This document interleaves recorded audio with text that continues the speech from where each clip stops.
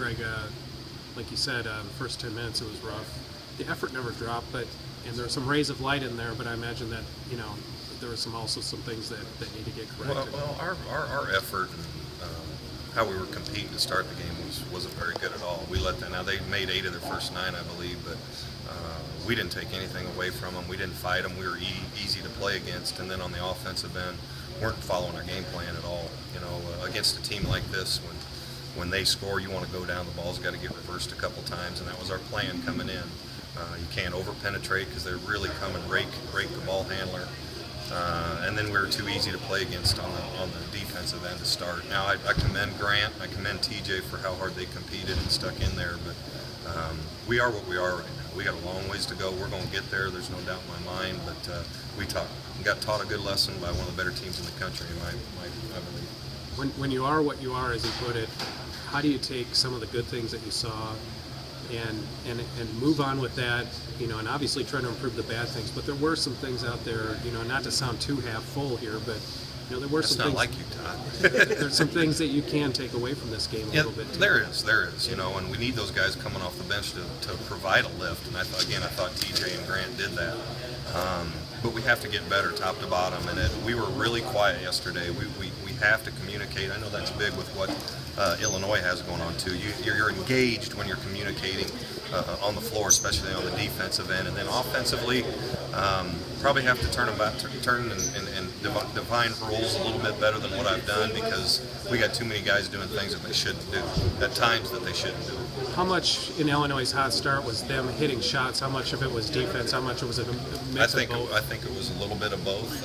I know they wanted to come out and play awfully fast and again punch us in the mouth and see how we responded. I didn't think we responded very good. They're a very talented team. They all can make shots.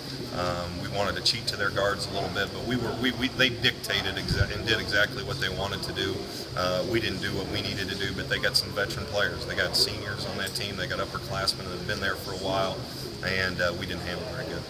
After that stretch, were you happy with the defense after that point? I know that's a hard thing to say, but it's getting better for the most part. But we have way too many breakdowns, and a lot of it starts with communication.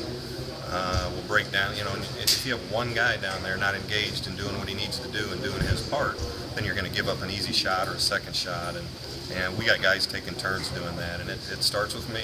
We got to keep teaching these guys. We got to.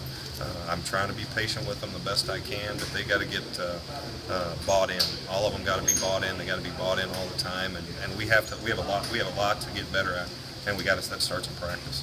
Free throw shooting really held you back. That early part of the second half where there was maybe a smidgen of a window to get into it. Just obviously it speaks for itself. And we missed front ends and one-on-ones. I mean, we missed 4 or 5 of them against St. Louis, I think, front ends and one-on-ones, and missed 11 in that game. And the only thing you can do there is get in there and work on it. And we have guys that have to do that. We have guys that are shooting poor percentages. They got to get in there and they got to work on it more. We do it as much as we can every day, work on shooting enough every day, but we have to have guys that are willing. Grant's been doing it, and look what happened with him. So top to bottom, a lot of improving to do.